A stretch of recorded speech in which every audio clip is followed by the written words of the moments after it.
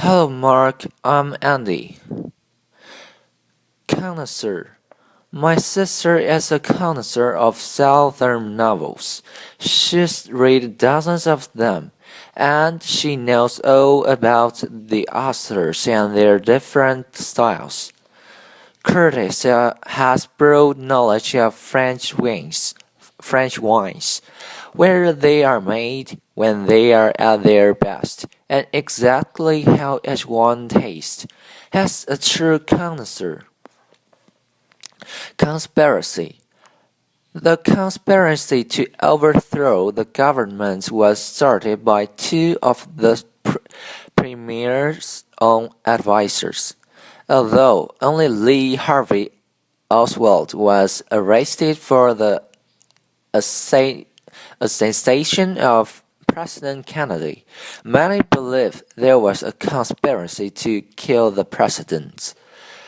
Contrite. Dolores was especially contrite about tearing her sister's dress because she'd borrowed it without permission.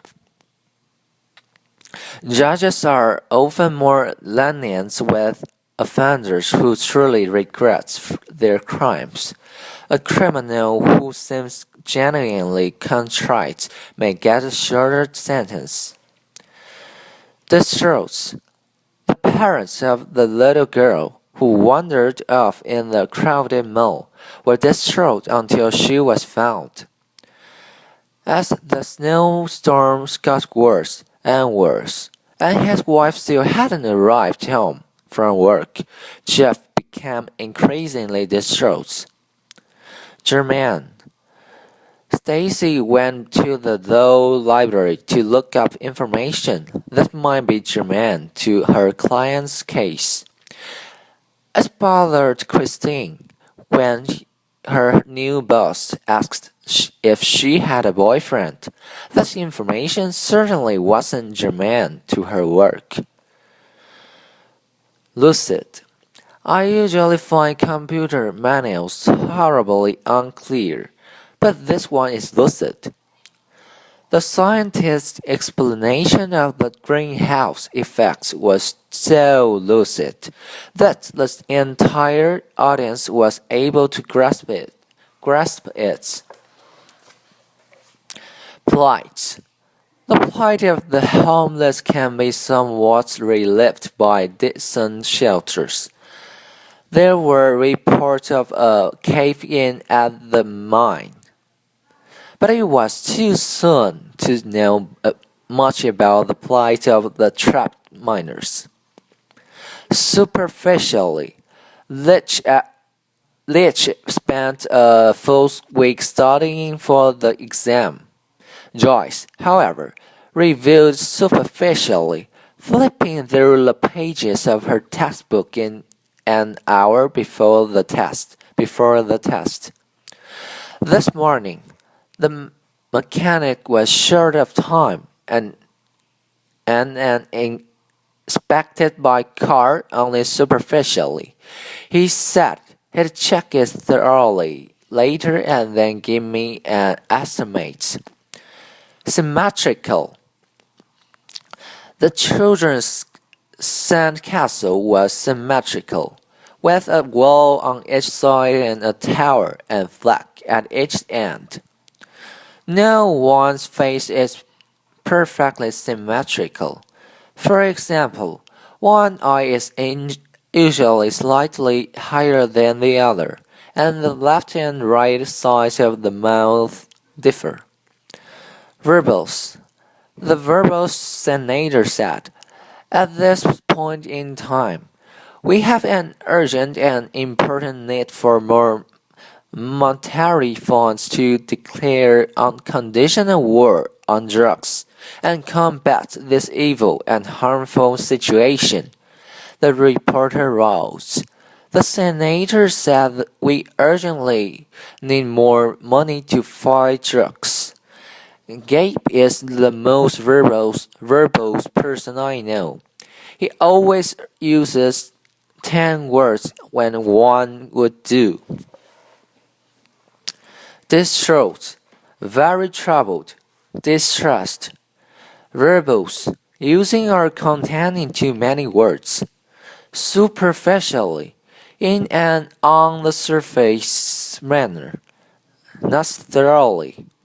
German, having to do with the issue at hand, relevant, lucid, clearly expressed, easily understood, contrite, truly sorry for having done wrong, repentant, symmetrical, well proportioned, balanced, the same on both sides, connoisseur, an expert in fine art or in matters of taste, polite, a situation marked by difficulty, hardship, or misfortune, conspiracy, a secret plot by two or more people, especially for a harmful or illegal purpose.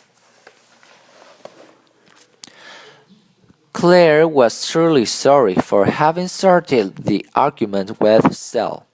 To show how conspiracy she felt, she sent him a special note of apology. Everyone is greatly concerned about the plight of the hostages. We're not even certain they're still alive. The garden is symmetrical, with the same flowers and shrubs, arranged in the same pattern, on each side of a certain path. A connoisseur of Asian art told me that my Chinese vase is very old, quite rare, and valuable. In writing, it is actually easier to be verbose than to make the effort to cut out the unnecessary words.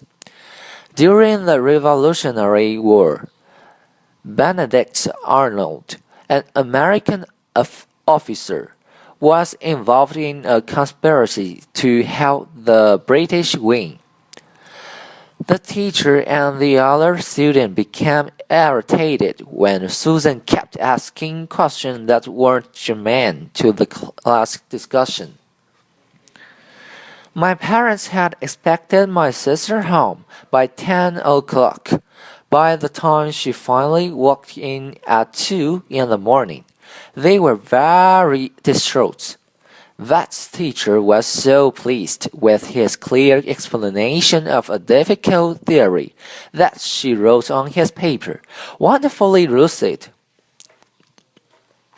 Whenever Kim tries to buy a new dress, her husband is only superficially interested. If she shows him one and asks his opinion, all he says is, "It's fine. Let's buy it and get out of here."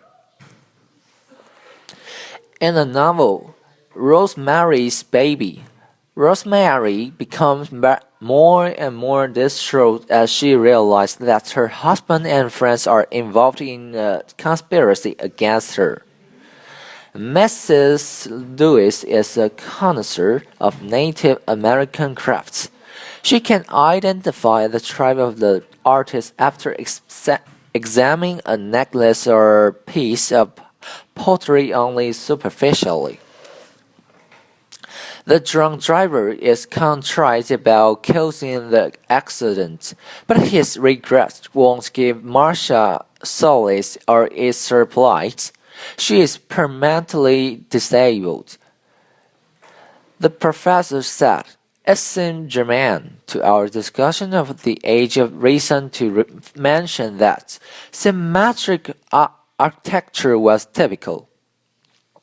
Balance was valued, both in art and in the individual. Using too many